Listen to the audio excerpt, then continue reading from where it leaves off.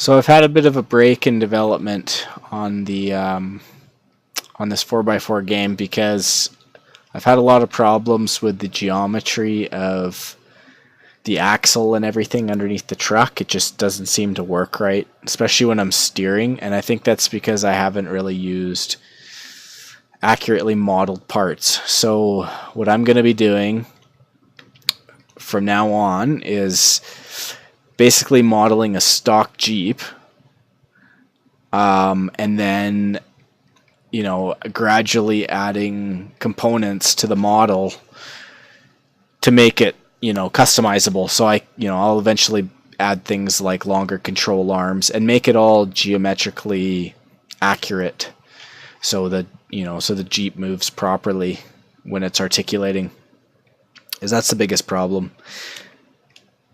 So yeah, this week I reworked this guy here, which was an absolute nightmare to model. I started out in Blender modeling it, but it was just too much. It was an absolute headache to model. So I do AutoCAD by trade, so I was able to use some of that software for modeling the knuckle. It was way easier. It uses a different type of modeling compared to Blender. It's basically like, I don't know, there's a technical term for it, but you basically add a bunch of primitive objects together and join them using union commands and subtractions and etc. And it makes it way easier for modeling these parts. In Blender, it's not really set up for that type of CAD design. Well, it might be. I'm just not that good at it, so I had a hard time modeling it. But anyway, so I've managed to import it into Blender by exporting an STL file from AutoCAD, and yeah, it looks pretty good. I did a limited dissolve on the geometry to get rid of the tries, because the model is just absolutely packed full of tries. So hopefully this helps. It's not ideal, but I think it'll work in this situation. Down the road, I can tweak the model and do some better what do they call it? Like add edge loops and just make the topology. That's what it is. Make it a little bit better. So yeah, the idea is I've reworked the axle. I'm using it's a Spicer axle.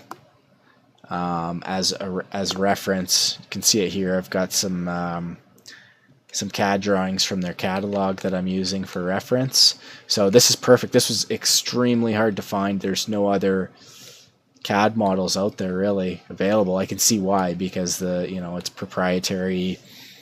They don't want people getting in the wrong hands, and then somebody creates copies of it, and I assume they put a lot of work into this, but yeah, anyways, I've used this as a reference object for creating the axle and the knuckle, and I'm gonna today be working on maybe putting in the hub here on the side and creating a proper U-joint here that's animated in Unreal. Try to get the realism down a little bit. Yeah, so it should be pretty interesting trying to get this to work properly, so everything's completely realistic. I think that's the hardest part. Yeah, so stay tuned, and I'll have more development updates hopefully in the future on this. I'm going to be working on this model a little bit to try to get it more accurate, and once it is nailed down a little bit more, I can import it into Unreal and start working on the physics aspect of the game some more. Yeah, so hopefully you guys are interested in this development. I'll probably end up doing more blogging on this as time goes on, because I am super interested in this. Some backstory on me, actually, I don't do any 4x4ing at all.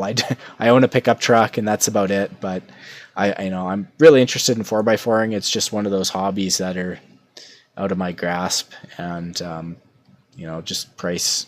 It's expensive to buy all these parts. I was looking at the price of a knuckle like this online. I just happened to run across it, and there was somebody selling knuckles, fabricated knuckles, for like $1,000 a pop, just for this part. It's insane. So I mean, once you start getting into total customization of 4x4s like this, it gets really expensive.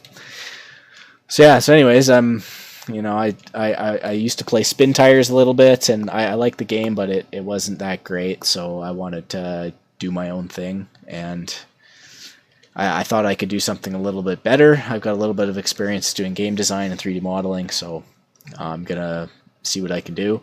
Hopefully it gains a little bit more support from people in the 4x4 community. That would be awesome to see support there, but who knows? I'll have to get something a little bit more fleshed out, I think, before I garner more interest. Yeah, so stay tuned and just watch for more videos on development, and hopefully I'll get something a little bit more interesting soon. All right, thanks.